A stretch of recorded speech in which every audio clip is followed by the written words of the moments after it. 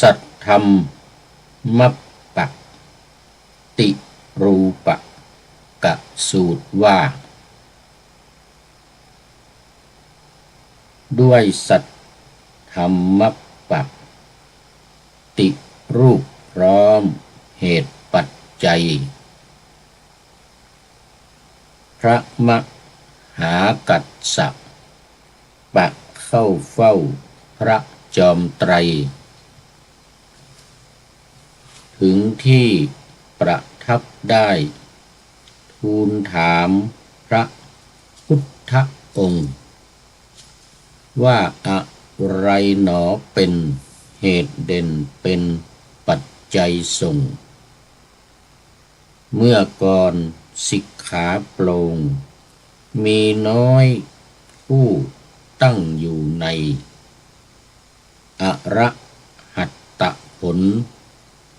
มีมากจนนับไม่ไหวสิกขาบทมากไปแต่ภิกษุบรรลุธรรมเป็นพระอรหันต์นั้นมีน้อยสุดจะพร่ำอะไรเป็นเหตุนำเป็นปัจจัยให้เปลี่ยนไปกัสสปะข้อนั้นมันเป็นเพราะสัตว์เสื่อมหายสัตธรรมจึงสูญไปสิกขาบทจึงมากมีภิกษุอยู่ในอรหัตตผลบัดนี้จึงมีน้อยเต็มทีสัทธรรมปฏิรูปยังไม่เกิดขึ้นตราบใดตราบนั้นไม่หายความขลังสัทธรรมมีกำลังไม่เสื่อมสูญสลายไปทองคำปลอมไม่เกิดค่าล้ำเลิศอยู่ตราบใดตราบนั้นทองคำตราบนั้นทองคำแท้จริงก็ยังไม่หายไปและเมื่อใดทองปลอมยิ่งเกิดขึ้นในโลกจริงเมื่อนั้นทองแท้หายไปฉันใดสัทธรรมปฏิรูปจะไม่เกิดในโลกเรานี้ตราบใดตราบนั้นสัทธรรมก็ยังไม่เสื่อมสูญหายไปแต่เมื่อใดธรรมปลอมพรั่งพร้อมเกิดในโลกกว้างเมื่อนั้นธรรมย่อมเสื่อมไปขอถวายความนอบน้อมแด่พระรัตนตรัยมีพระพุทธเจ้าเป็นต้นขอถวายความเคารพพระมหาเถระพระเถรานุเถระเจ้าคณะพระสังฆาธิการทั่วโลกมีพระเดชพระคุณพระธรรมเสนาบดีเจ้าคณะภาค7วัดพระธาตุดอยสุเทพเป็นต้นและขออำนวยพรแด่ท่านผู้ฟังท่านผู้ชมสาธุชนพุทธบริษัททั้งหลายวันนี้รายการพระไตรปิฎกลอยฟ้าก็ลอยมาจากวัดพระธาตุดอยสุเทพเยอรมนีเหมือนเดิมออกอากาศทางสถานีวิทยุ5 แห่งเหมือนเดิมคือสถานีวิทยุพระพุทธศาสนาแห่งชาติและจริยธรรมวัดพระธาตุดอยสุเทพมีพ่อครูวันลบนามวงพรหมเป็นผู้อำนวยการอาจารย์พระมหาประสิทธิ์ประสาธิโกเป็นหัวหน้าสถานีและอาตมาภาพพระค รูปริยัติยานุศาสตร์เป็นผู้บรรยาย 2. สถานีวิทยุเพื่อการศึกษาพระพุทธศาสนาและวัฒนธรรม วัดฝายหินตำบลสุเทพอำเภอเมืองจังหวัดเชียงใหม่มีท่านพระครูสมุวิสุวัตรวรกิจโจเจ้าอาวาสวัดฝายหินเป็นผู้อำนวยการ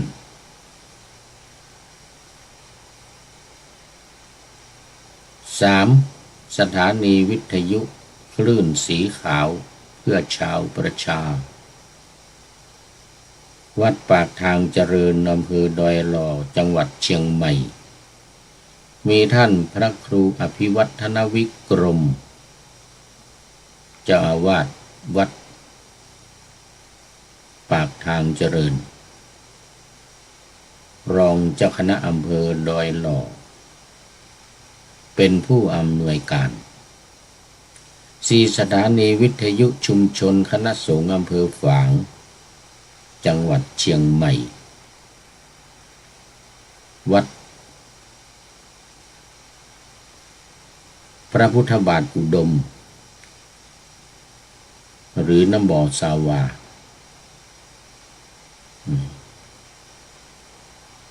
ตำบลเวียงอำเภอฝางมีพระเดชพระคุณหลวงพ่อ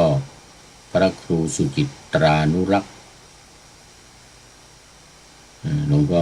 เจ้าคณะอำเภอฝางเป็นผู้อำนวยการและสุดท้ายสถานีวิทยุมจร.วิทยาลัยสงฆ์นครลำปางมีอาจารย์จีรศักดิ์ปันลำเป็นผู้อำนวยการ3 สถานีสุดท้ายคือมจร.วิทยาลัยสงฆ์นครลำปางวัดพระพุทธบาทอุดมและวัดปากทางเจริญออกอากาศเวลา 8-9 นาฬิกาตอนเช้าทุกวันส่วนวัดฝายหินมีวันจันทร์ถึงวันศุกร์เวลา 8-9 นาฬิกาเหมือนกัน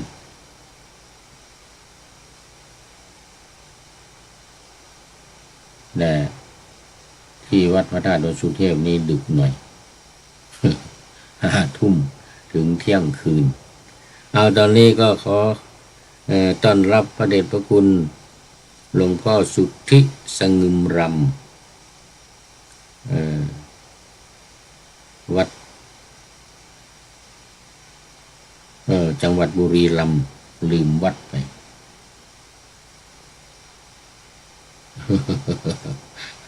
หลวงพ่อก็เข้ามาบ่อยๆแต่ว่าลืมชื่อวัดไปฉายาอีกลืมบ่อยๆจารุไม่ใช่จารุธรรมโมจารุอะไรสักอย่างหนึ่งเนี่ยจารุสีโลน โอ้ขออภัยพระเดชพระคุณหลวงพ่อมันหลงลืมตอนนี้ย่างเข้า70อายุย่างเข้า70มานี่ชักแย่ลืมหน้าลืมหลัง 2-3 ชั่วโมงนี่ลืมแล้วนี่เป็นวันก็ยิ่งลืมใหญ่เลย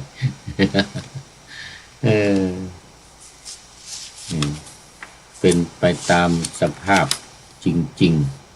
ๆเป็นไปตามสภาพ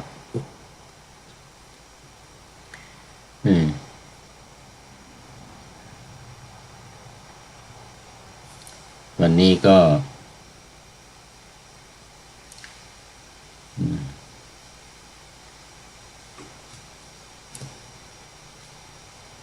ยังอยู่ใน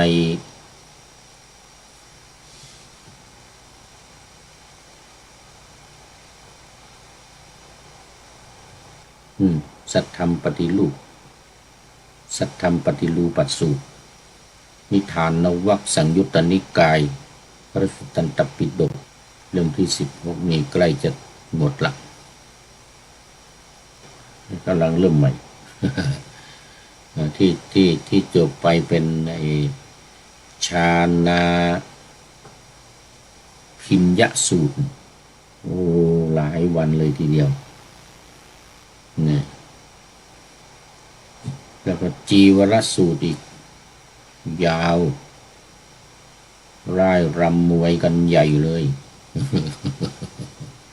ว่างมหากัสสปะพระมหากัสสปะกับพระอานนท์และตัวประกอบก็คือภิกษุณีเพราะว่าพากันไปเทศให้ภิกษุณีฟัง พากันไปเทศให้ภิกษุณีฟัง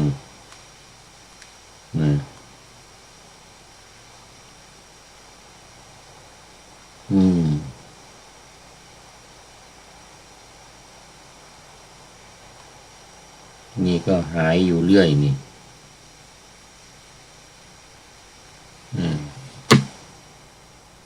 พากันไปเทศให้ภิกษุณีฟังมันก็ปะหน้าทำม่านไว้สัทธัมมะอัปป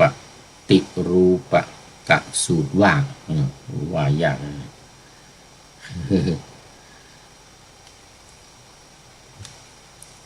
ด้วยสัท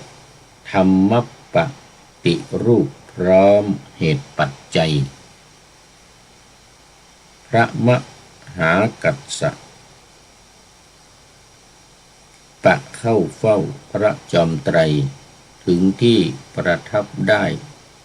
ทูลถามพระพุทธองค์อันนี้ก็ที่เชตวันนะเชตวันมหาวิหาร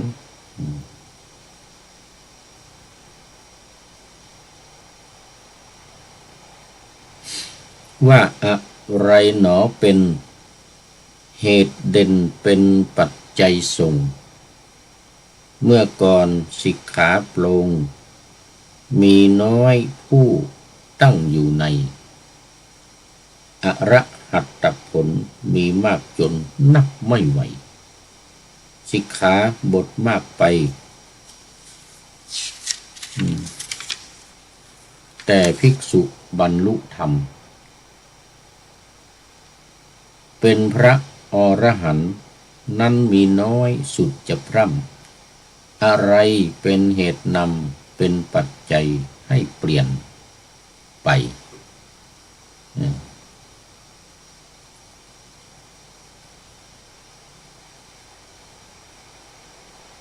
กัสสปะข้อนั้นมันเป็นเพราะสัตว์เสื่อมหายสัตธรรมจึงสูญไปสิกขาบทจึงมากมีนี่สัตธรรมปฏิรูปคือสัตธรรมปลอม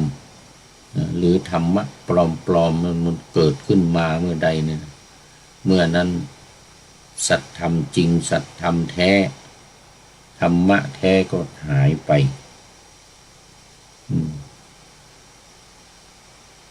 แต่เมื่อใดสัตธรรมจริงเนี่ยไม่เดี๋ยวสัตธรรมปลอมเนี่ยไม่เกิดขึ้นตราบนั้นพระสัตธรรมก็จะคงมีอยู่ต่อไปไม่เสื่อมสูญ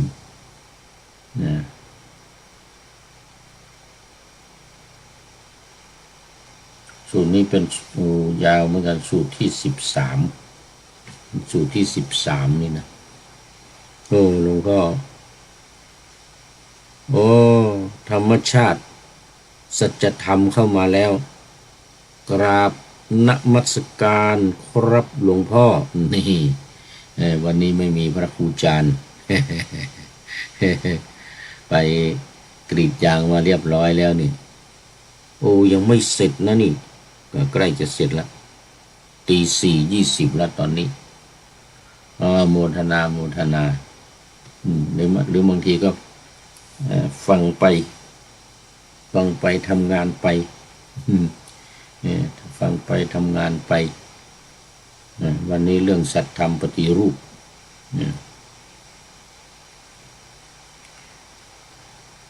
ภิกษุอยู่ในอรหัตตผลบัดนี้จึงมีน้อยเต็มทีสัตธรรมปฏิรูปยังไม่เกิดขึ้นตราบใดตราบนั้นไม่หายความคลังสัตธรรมมีกำลังไม่เสื่อมสูญสลายไปคือสัตธรรมปลอมนะธรรมปลอมก็ไม่เกิดขึ้นก็พระสัตธรรมที่แท้จริงและธรรมที่แท้นี่ก็จะไม่สูญหายอุปมาก็เหมือนกับทองคำปลอมไม่เกิดค่าล้ำเลิศอยู่ตราบใดทองมีค่าล้ำเลิศอยู่ตราบใดตราบนั้นทองคำแท้ตราบนั้นทองคำแท้จริงก็ยังไม่หายไปและเมื่อใดทองปลอมยิ่งเกิดขึ้นในโลกจริงเมื่อนั้นทองแท้หายไปฉันใดสัตธรรมปฏิรูปจักไม่เกิดในโลกเรานี้ตราบใดตราบนั้นสัตธรรมก็ยังไม่เสื่อมสูญหายไปแต่เมื่อใดธรรมปลอมรั่งพร้อมเกิดในโลกกว้างเมื่อนั้นธรรมย่อมเสื่อมไปก็ขึ้นอยู่กับว่าสัตธรรมกับสัตธรรมปฏิรูปสัตธรรมปฏิรูปนี่คือธรรมมันปลอมเข้ามามีคนบวชปลอมเข้ามาก็มากตอนนี้บางทีจับได้ไล่ทันใช้เวลามาบวชเป็น10 ปี15 ปีได้เป็นเจ้าอาวาสเป็นเจ้าคณะตำบลก็มีอันนี้เคยมีมาแล้วที่จังหวัดเชียงใหม่อำเภอสันทรายรู้สึกว่าจะเป็นวัดหนองก้นคุวัดหนองก้นคุอันนี้เป็นบวชปลอมเข้ามาเป็นคนต่างศาสนาเสร็จแล้วก็เขาจับได้ตอนที่ขโมยพระพระของวัดพระเก่าแก่พระพุทธรูปเก่าแก่ของวัดหายก็ปรากฏว่าจับได้เป็นทหารเก่าปลอมเข้ามาบวชอยู่จนศรัทธาญาติโยมไว้อกไว้ใจไว้อกไว้เนื้อเชื่อใจเลยนะได้เป็นเจ้าอาวาสแล้วก็ได้เป็นถึงเจ้าคณะตำบลและบวชมาทั้ง15 พรรษาอยู่15 พรรษาตอนนี้ที่เรายังไม่รู้ก็มีอีกเยอะไม่รู้ก็มีอีกเยอะ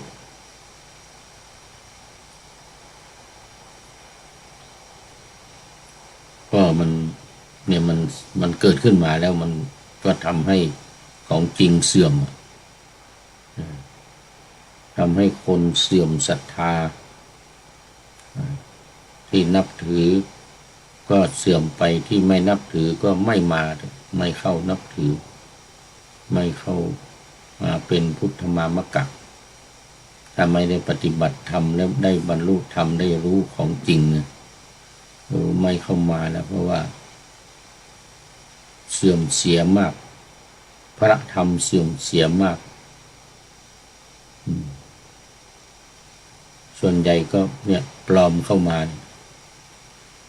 ปลอมเข้ามาบวชเรียกว่าพระปลอมแล้วก็ธรรมะอะไรต่างๆก็ปลอมไปด้วย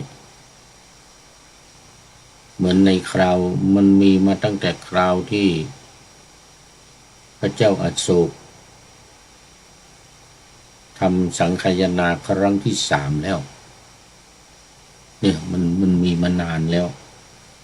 มันก็ปลอมเข้ามาบวชแล้วก็สอนอีกอย่างหนึ่งที่พระพุทธเจ้าไม่ได้สอนเป็นของศาสนาอื่น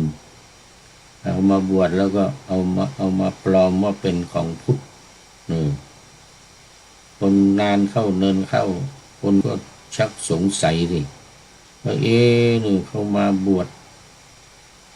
แล้วก็ไม่สอนหลักธรรมของพระพุทธเจ้าไปสอนเรื่องอื่นอย่างอื่นเข้ามาแทนที่มันไม่เป็นธรรมะที่ถูกต้องเนี่ยก็เป็นการปลอมบวชเข้ามาพระเจ้าอโศกทำสังฆายนาก็สอบถามไม่รู้หัวรู้หางธรรมะไม่รู้สัจธรรมของพระพุทธเจ้าไม่รู้สอนแต่เรื่องปลอมๆธรรมะปลอมๆก็ต้องไล่ศึกไปจนเกิดเหตุทหารเอาไปฆ่าแล้วจับออกไปแล้วคุกที่จะขังไม่พอมีความผิดเอาศึกแล้วก็ติดคุกก็ไม่พอทหารก็เอาไปฆ่านานเข้ามีคนไปเจอศพของพระตายเกลื่อนกลาดเอาไปฝังไม่ทันเผาไม่ทัน ก็เลยเดือดร้อนมาถึงทางสำนักพระราชวังนั่นเองเดือดร้อนมาถึงที่ทำสังฆายนานี่ทำสังฆายนาก็ยังไม่เสร็จนะยังไม่เสร็จทหารใจร้อนเอาไปฆ่าพวกปลอมบวชของทั้งนั้นถามไม่รู้หัวรู้หางอะไรไม่รู้ธรรมะเพราะว่าสมัยนั้นอยู่กันสบายไงพระเจ้าอโศกถวายอุปถัมภ์หมดวัดอโศการามเนี่ยที่เมืองปัตตนะปัจจุบันนี่นะสมัยก่อนคือเมืองปาตาลีบุตรพระเจ้าอโศกเข้ามานับถือพระพุทธศาสนาก็อุปถัมภ์บำรุงสร้างเจดีย์ 84,000 หลังไว้ตามที่ต่างๆที่สำคัญก็ทำสิงห์เสาแล้วก็มีสิงห์นั่งอยู่ข้างบนนี่นะเป็นสัญลักษณ์เป็นเอกลักษณ์สัญลักษณ์ไว้ที่สำคัญนั้นแล้วก็ที่เสาที่มีสิงห์อยู่ข้างบนเนี่ยมันก็สลักตัวหนังสือไว้ว่าพศนั้นสร้างที่นี้เป็นที่สำคัญอย่างนี้เช่นที่ประสูติที่ปรินิพพานที่ตรัสรู้เป็นต้นเนี่ยนะก็มีเสาอโศกเนี่ยเสาศิลาของอโศกไปตั้งไว้เป็นหลักฐานก็ปรากฏว่าตอนทำสังฆายนาเนี่ยมันมีคนปลอมเข้ามาบวชเยอะนะอยู่สบาย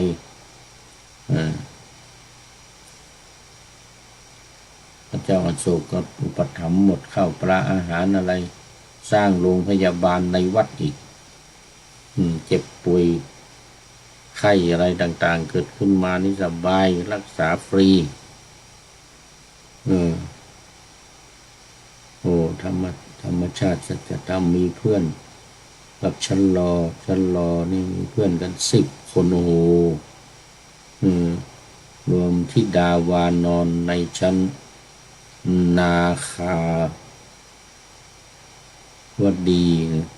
ไม่หมูไม่กลัวน้ำร้อนนาคาไม่กลัวน้ำร้อน นาคาไม่กลัวน้ำร้อนเนี่ยอ๋อขอต้อนรับคุณโยมโบญญาบุญพร้อมภูลผลกราบนมัสการไหว้สาเจ้าไหว้สาเจ้าข้านะพระอาจารย์สาธุสาธุสาธุเจ้าข้าโอ้ดีใจดีใจตื่นกันมาแล้วเนี่ยนึกว่ามันไม่มีใครตื่นตอนนี้มันกำลังตี 4:30 ตี 4:30แต่ทางนี้มันกำลัง10 โมงกลางคืน4 ทุ่ม4 ทุ่ม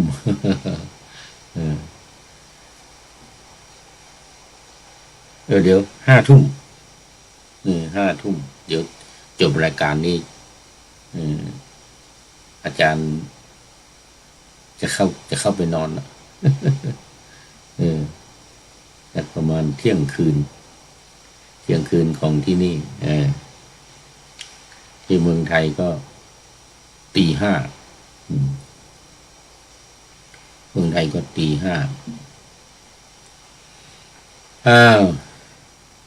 อันนี้พูดถึงเรื่องของสัตธรรมปฏิรูปเนี่ยโอ้อันตรายเดี๋ยวนี้เนี่ยมีมากเหลือเกินตามถนนหนทางก็มีพระดื่มเหล้าเมายาไปสอบถามดูก็ไม่รู้อะไรจับศึกไปศึกทีนี้ไปบวชที่อื่นอีกแล้วบวชโดยไม่มีอุปชาเอาผ้าเหลืองมาห่มแค่นั้นเป็นพระแล้วก็เที่ยวบิณฑบาตกินแล้วก็ไปอยู่กันเป็นที่จังหวัดเชียงใหม่หลายครั้งหลายหนไปจับแล้วก็เอามาสอบสวนแจ้งสังกัดนู่นเป็นว่าปลอมบวชจากนู่นมาทางภาคตะวันออกเฉียงเหนือนู่นพระอุปัชฌาย์บอกว่าโอ้จริงองค์นี้บวชจริงว่าแต่ว่าบวชศึกหลายครั้งแล้วว่างั้นนะคือใบสุทธิเนี่ยเอาเป็นหลักฐานไว้ไงตัวเองเนี่ยศึกไปแล้วก็มาเอาผ้าเหลืองมาห่มอีกก็ถือใบนี้ไว้ใบสุทธิที่เคยบวชใบสุทธิที่เคยบวชโยมโบญญาบุญที่เชียงใหม่มันนอนอยู่ที่ซุปเปอร์ข้างซุปเปอร์ทิศตะวันออกเนี่ยหมู่บ้านแม่ขาวเลยครุสภามาทั้งนั้นมันเป็นป่าหนามอะไรเนี่ยโอ้มันเป็นดงเป็นดำเนี่ยเราเรียกอะไรนะต้นในนั่นน่ะลืมชื่อไปที่เป็นหนามพากันอยู่ข้างในนู่น ตื่นเช้าก็ออกมาบิณฑบาตแล้วตอนกลางคืนก็นุ่งผ้าใส่กางเกงใส่เสื้อออกไปเที่ยวตอนกลางคืนกินเหล้าเมายาอะไรกันกลับมานอนตื่นเช้ามาเอาผ้าเหลืองห่มออกไปบิณฑบาตอีกแล้วจับมาส่งคืนไปเอาศึกเดี๋ยวอีกไม่กี่เดือนมาอีกแล้วมาบวชอีกแล้วไม่ได้บวชเอาผ้าเหลืองมานุ่งโอ้ปัญหาเยอะทั่วประเทศเลยไม่ใช่เฉพาะเชียงใหม่โยมในกรุงเทพนี่ก็เขาจับได้ปลอมไปบวชหากินบิณฑบาตกันเป็นหมู่บ้านเนี่ยมาจากหมู่บ้านเลยนู่นทางภาคตะวันออกเฉียงเหนือมากันเป็นหมู่บ้านเลย เอาลูกเอาเมียมาด้วยมาอยู่ตามบังกะโลมาอยู่ตามที่โรงแรมอะไรแล้วก็ตอนเช้าออกบิณฑบาตตอนกลางคืนก็กลับไปนอนกับลูกกับเมียอย่างเงี้ยโอ้นี่เขาเรียกว่าสัตธรรมปฏิรูปคือปลอมเข้ามาธรรมะธรรมโมไม่ได้พูดถึงปฏิรูปไปหมดถ้าของจริงทำจริงก็เสื่อมสลายคนเห็นก็ไม่เกิดศรัทธาเสื่อมศรัทธาคนที่เสื่อมศรัทธาเบื่อหน่ายออกไปนับถือศาสนาอื่นก็มีที่ยังไม่มั่นคงศรัทธายังไม่มั่นคงก็เสื่อมเบื่อหน่ายความประพฤติเนี่ยอันนี้เรียกว่าสัทธรรมปฏิรูปพระสูตรนี้ท่านพระมหากัสสปะเข้าไปกราบทูลพระพุทธองค์ว่าข้าแต่พระองค์ผู้เจริญอะไรเนาะเป็นเหตุเป็นปัจจัยเมื่อก่อนสิกขาบทมีน้อยภิกษุผู้ตั้งอยู่ในอรหัตผลมีมากและอะไรเนาะเป็นเหตุเป็นปัจจัยว่าในบัดนี้เนี่ยสิกขาบทมีมาก227ของภิกษุณีนี่311ข้อเหมือน พระคนบวชก็เยอะแต่ว่าคนที่ตั้งอยู่ในอรหัตผลคือเป็นพระอรหันต์มีน้อยมีน้อยหรือหายากไม่เหมือนสมัยก่อนเลยนะกราบทูลพระพุทธองค์อะไรเนาะเป็นเหตุเป็นปัจจัยนี่พระพุทธองค์ว่าตรัสว่ากัสสปะข้อนั้นเป็นอย่างนี้คือเมื่อหมู่สัตว์เสื่อมลงสัตธรรมก็เสื่อมสูญไปสัตธรรมนี่คือความจริงอย่างอริยสัจสี่อย่างเงี้ยปฏิจจสมุปบาทอย่างนี้ขันธ์ห้าอายตนะ12นี่ก็เรียกว่าสัตธรรมธรรมชั้นสูงในอภิธรรมกุศลธรรมาอกุศลธรรมาธรรมชั้นสูงมันเสื่อมไปเพราะว่าสัตธรรมปฏิรูปเกิดขึ้นมาเยอะก็สูญไปสิกขาบทจึงมีมาก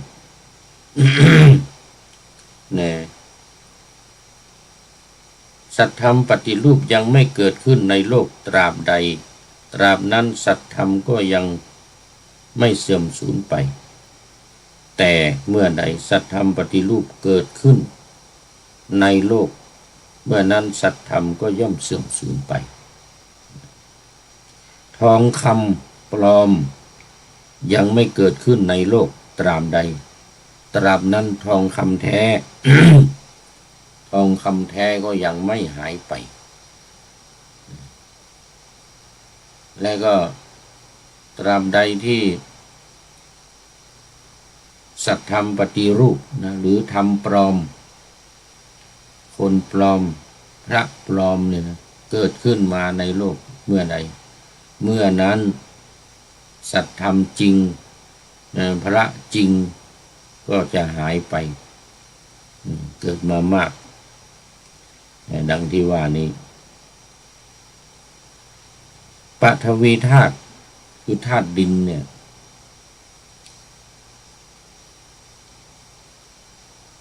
ไม่ทำให้สัตธรรมสูญได้ดินธาตุน้ำธาตุลมธาตุไฟเนี่ยไม่สามารถที่จะทำให้พระสัตธรรมนี้สูญไปได้แท้ที่จริงบุรุษ โมฆะบุรุษเท่านั้นโมฆะบุรุษเท่านั้นที่ทำให้สัตธรรมเสื่อมเสียสูญหายไปโมฆะบุรุษคืออะไรบุรุษที่ไม่ดีบุรุษเปล่าโมฆะแปลว่าเปล่าแต่คนไม่ดีคนเปล่าเข้ามาบวชไม่มีศีลไม่มีธรรมไม่ศึกษาเล่าเรียนพระธรรมวินัยมีแต่บวชปลอมเข้ามาแล้วก็หากินจะเอาพระไตรปิฎกมาอ่านมาออกอากาศอย่างนี้ไม่มีหรอก คือพระปลอมสัตธรรมปลอมบุรุษเปล่าโมฆะบุรุษเท่านั้นพระองค์นะที่จริงเนี่ยโมฆะบุรุษเท่านั้นเนี่ยที่เมื่อเกิดขึ้นมาแล้วก็ทำให้สัตธรรมคือพระจริงหายไปเมื่อพระปลอมเกิดขึ้นมามากต่อไปพระจริงเนี่ยคนจริงก็จะอยู่ไม่มีจะอยู่ไม่ได้อยู่ไม่ได้ไม่มีของปลอมก็เต็มไปหมดเลยทีนี้นั่นหมายถึงว่า ใกล้ๆที่เนี่ยใกล้ๆที่พระพุทธศาสนาจะหมด 5,000 ปี5,000 ปีพุทธศาสนาจะตั้งอยู่ 5,000 ปี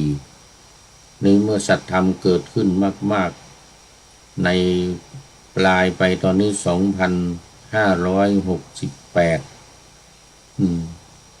เกินครึ่งมาละเกินครึ่งของ 2,500 แล้ว เนี่ยต่อไปมันจะเสื่อมลงสัตธรรมปฏิรูปคือสัตธรรมปลอมธรรมะปลอมมันจะเกิดขึ้นแล้วของจริงพระจริงพระอรหันต์ก็จะน้อยลงตามประวัติตามพุทธประวัติที่ปรากฏก็คือที่ปรากฏว่า 1,000 ปีแรกเนี่ยพระอรหันต์ยังอยู่เต็มยังอยู่มีพอเข้า1,000 ปี 2,000 ปีพันปีที่2ขึ้นมาเนี่ยจะมีพระอรหันต์จะไม่มีหรือมีก็มีน้อยจะเหลือแต่พระอนาคามี เข้า1,000 ปีที่2นี่นะอย่างตอนนี้ 1,000 ปีที่2ผ่านไปแล้วด้วย1,000 ปีที่2ผ่านไปเข้า1,000 ปีที่3นี่พระอนาคามีก็จะไม่มีจะมีแต่พระโสดาบันกับพระสกทาคามีพอเข้า1,000 ปีที่4พระสกทาคามีก็ไม่มีจะมีอยู่แต่พระโสดาบันพระโสดาบันพอครบ1,000 ปีที่4ครบย่างเข้า1,000 ปีที่5นะ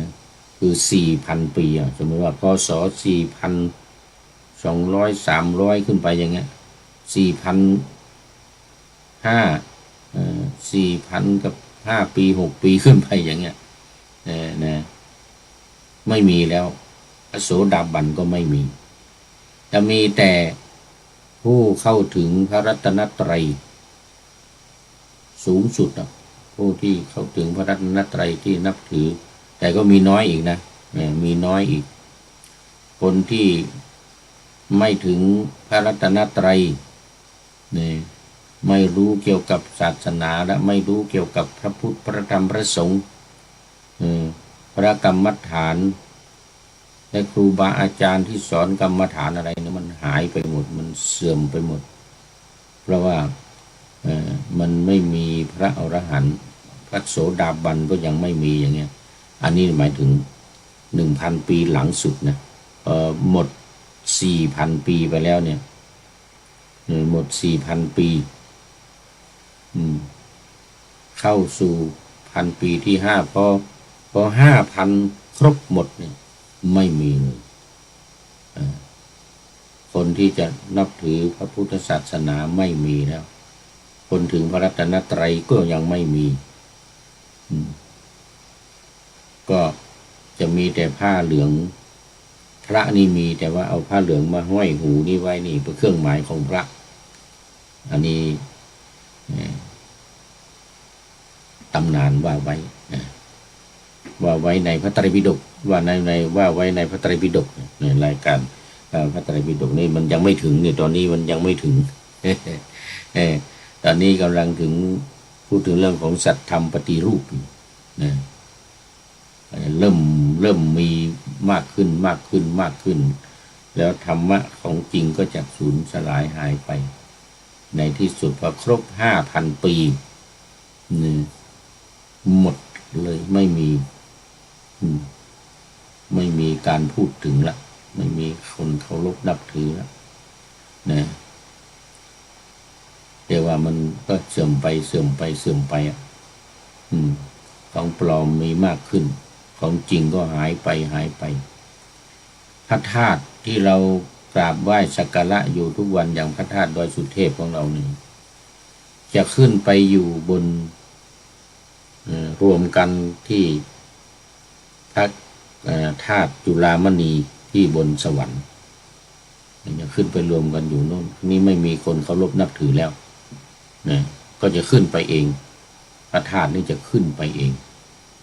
จะไม่อยู่ละไม่อยู่กับเราทั้งหลายไม่อยู่ในโลกนี้ขึ้นไปอยู่บนสวรรค์นู่น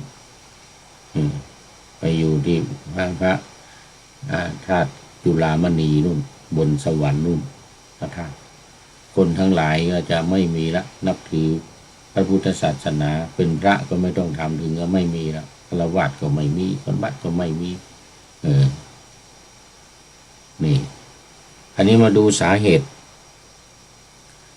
ตุที่ฝ่ายต่ำ5 ประการที่ทำให้พระสัทธรรมเสื่อม 1. ภิกษุณีอุบาสกอุบาสิกาในธรรมวินัยนี้ไม่เคารพยำเกรงพระศาสดาคือไม่เคารพยำเกรงพระพุทธเจ้าพระศาสดา 2. ไม่เคารพยำเกรงในพระธรรม 3. ไม่เคารพยำเกรงในพระสงฆ์นี่ภิกษุณีอุบาสกอุบาสิกาทั้งหลายไม่เคารพยำเกรงในพระพุทธพระธรรมพระสงฆ์แล้วก็ 4. ภิกษุณีอุบาสกอุบาสิกาเนี่ยนะไม่เคารพยำเกรงในสิกขาคือสิกขาบทสิกขาบทไม่ว่าจะศีล 5ศีล 8ศีล 10ของสามเณรศีล227ของพระภิกษุและศีลสิกขาบทของภิกษุณี311ข้อจะไม่มีใครเคารพและปฏิบัติตามไม่มีใครเคารพและปฏิบัติตามก็หมดพระศาสนาก็หมดข้อที่4ข้อที่5ไม่เคารพยำเกรงในสมาธิคือการทำสมาธิจิตการทำให้จิตสงบทั้ง2 ฝ่าย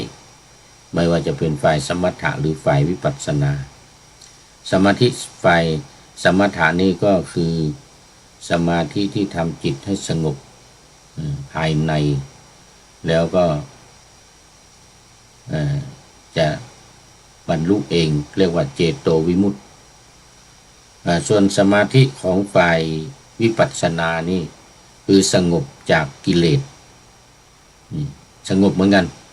แต่ว่าไม่ใช่ว่าจิตใจภายในสงบอย่างเดียวนะแต่ว่าสงบจากกิเลสทั้งหลายคือไม่มีกิเลส1,500ตัณหา108ไม่มีตัวใหญ่ๆราคะโทสะโมหะอะไรเงี้ยไม่มีใครเคารพนับถือแล้วก็มันก็ไม่มีแล้วก็ศีล 5 ศีล 8 ศีล 227อะไรไม่มีเมื่อสมาธิไม่เกิดศีลไม่มีสมาธิก็ไม่เกิดทั้งสมาธิในใจทั้งสมาธิที่หมดจากกิเลสทั้งหลายก็ไม่มีใครเคารพยำเกรงในสมาธิข้อที่สี่นั้นในสิกขาบทที่ปฏิบัติกันเมื่อไม่มีใครเคารพนับถือไม่มียำเกรงในสิกขาบททั้งหลายข้อที่ห้าในสมาธิทั้งหลายอันนี้ก็พระสัทธรรมหรือธรรมะของพระพุทธเจ้าก็จะเสื่อมไปหมดไปไม่มีแล้วเพราะอะไรเพราะไม่มีใครเคารพยำเกรงพระพุทธพระธรรมพระสงฆ์ไม่เคารพยำเกรงในสิกขาไม่เคารพยำเกรงในสมาธิก็คือศีลสมาธิปัญญาเนี่ยพูดง่ายๆก็คือศีลสมาธิปัญญาพระสัทธรรมของพระพุทธเจ้านี้ก็จะหมดไปเลยจากโลกนี้นั่นก็หมายถึงสุดที่สุดประมาณ 5,000 ปีนับจากนี้ไปเหลืออีก 2,600เพราะจริงตอนนี้มันหลังจากที่พระพุทธเจ้าตรัสรู้มาแล้วนี่ก็บวกอีก45 ปีนะเพราะว่าเขานับจาก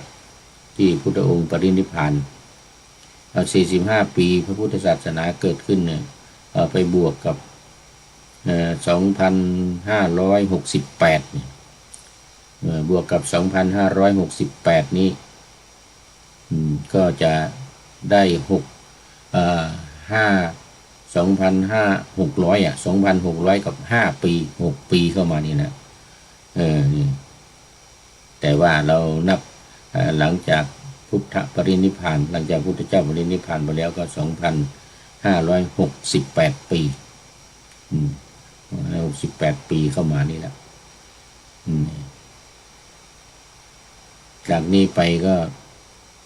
2,400 ปีกับเศษเล็กๆน้อยๆ2,400ตีเป็น 2,400 ก็แล้วกันตัวนั้นก็ตีเป็น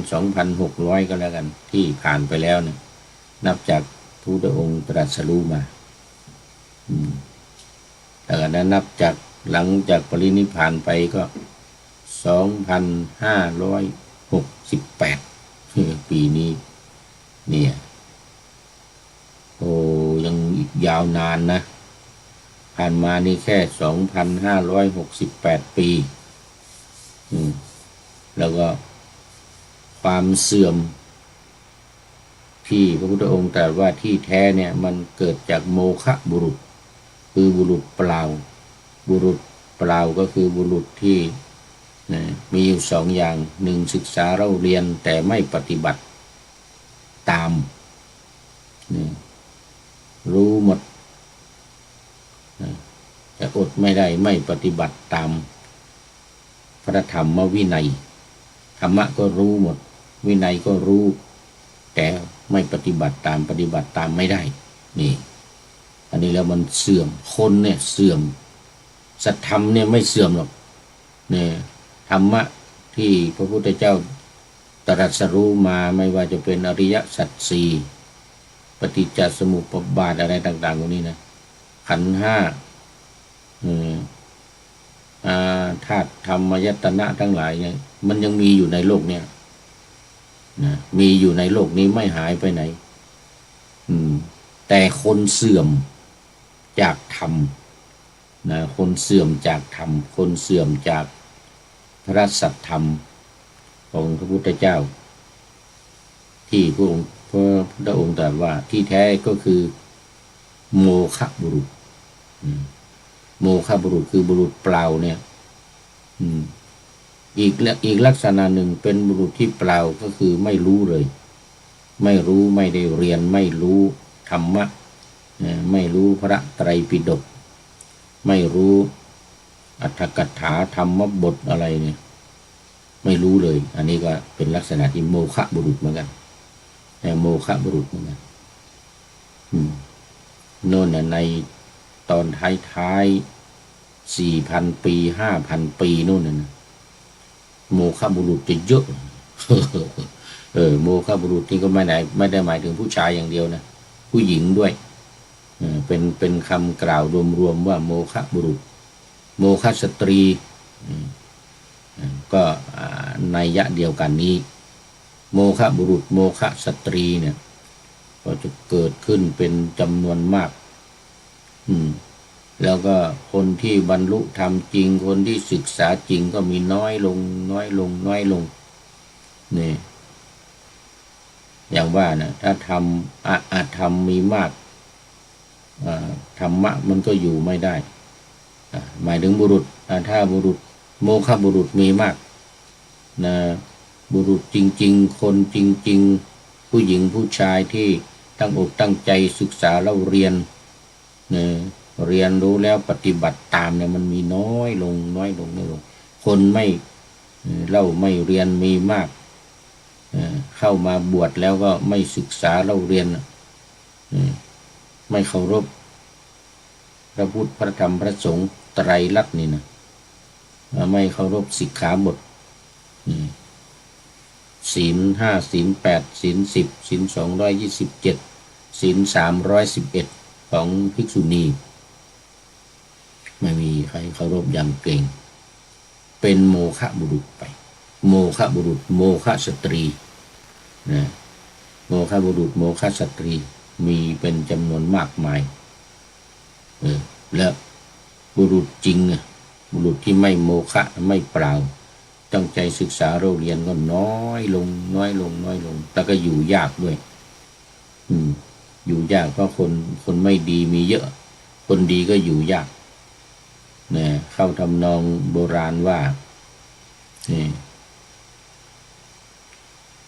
ผู้ร้ายเดินเตราะผู้ดีเดินถนนใหญ่นะผู้ร้ายเต็มไปด้วยผู้ร้ายแต่ว่าผู้ดีเดินตามตรอกซอกซอย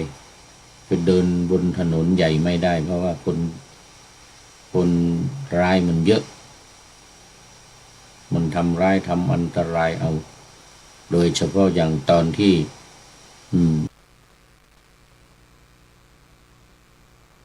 นะอันนี้ก็จะหมดไปเพราะมันฆ่ากันเองหมดเลยเอาวันนี้หมดเวลาสัตธรรมปฏิรูปสัตธรรมปฏิรูปประกาศสูตรก็คือสูตรที่ว่าด้วยสัตธรรมปฏิรูปนี่ก็จบพอดีวันนี้ที่เข้ามาเรียกคุณโยมบุญญาบุญพร้อมพูนผลเป็นท่านสุดท้าย ในรายการวันนี้เข้าสู่เส้นชัยของรายการก็ขอนำรายการจากไปก่อนขอนำพระไตรปิฎกลอยฟ้าไปจากผู้ฟังทั้งหลายในโลกล่างวันต่อไปจะได้จรย้อนกลับมาสู่สถานีใหม่ให้ท่านฟังอย่าลืมเปิดวิทยุหรือเครื่องรับโทรศัพท์โมบายคอมพิวเตอร์ผัง YouTube เฟซเพจไลน์ให้ดังเพื่อชมฟังรายการวันต่อไปคุณโยมฝนศรีลาเข้ามาเป็นท่านสุดท้าย นึกว่าโยมบนยาบุญเข้ามาตอนนี้เองสาธุเข้าสู่เส้นชัยของรายการเวลาหมดพอดี นะขอทุกท่านมีความสุขทุกคืนวันนำธรรมะประกอบการงานทั้งหลายเช่นขยันทำงานทางวาจากายใจขวนขวายกิจการงานนาบำเพ็ญสาธารณประโยชน์เว้นสิ่งที่มีโทษโหดเยี่ยงสาประกอบแต่กรรมดีมีราคาแสวงหาเงินทองครองใจคนเสียสละพละทรัพย์นับมากน้อยไม่ให้ล้านก็ให้ร้อยไม่ด้อยผลเอื้อคนรวยช่วยคนยากฝากคนจนให้ทุกคนเท่ากันมาก ตรฐานเดียว ขอเจริญพร